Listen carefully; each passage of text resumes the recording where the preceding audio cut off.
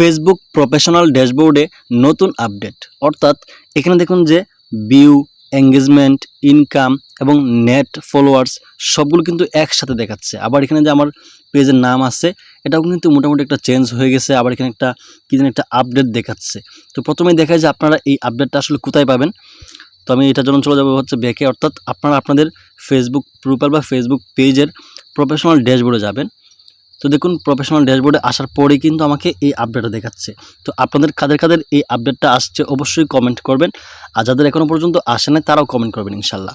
তো প্রথমে এখানে দেখুন যে উপরে কিন্তু আরও অন্য অপশন ছিল, অর্থাৎ হোম লেখা ছিল, তারপর হচ্ছে এঙ্গেজমেন্ট, তারপর মনিটাইজেশন, এরকম অপশন ছিল। তো এখানে দেখুন যে লেখাগুলো কিন্তু অলরেডি সবগুলো পাল্টে গেছে, কন্টেন্ট, কমিউনিটি, আবার এখানে আরও কয়েকটা আছে। এই দেখুন মনিটাইজেশন, অর্থাৎ এখানে কিন্তু মনিটাইজেশন ছিল, এখন আছে মনিটাইজ লেখা আছে। তো এখানে আমি একটা ক্লিক করি, তো দেখুন আমার যে মনিটাইজগুলো আছে অর্থাৎ মনিটাইজেশন টুলসগুলো আছে সবগুলো কিন্তু এখানে শো করতেছে, ঠিক আছে।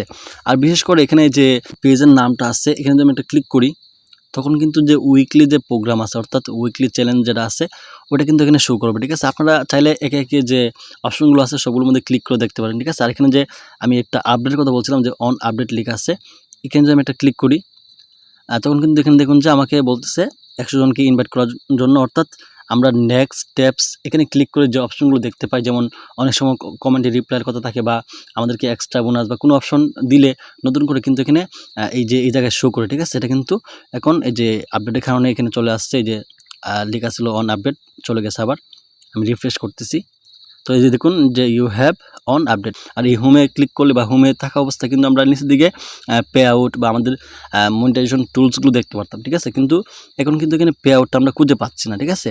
তো আপনারা পে আউটটা কীভাবে পাবেন, এখানে দেখুন যে এই সেটিংস আছে, সেটিংসে ক্লিক করলে কিন্তু আমরা আমাদের যে সেটিংসগুলো আছে সেগুলো দেখতে পারবো।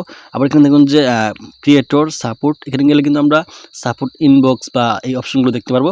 তারপর এখানে দেখুন যে আদার টুলস, ঠিক আছে।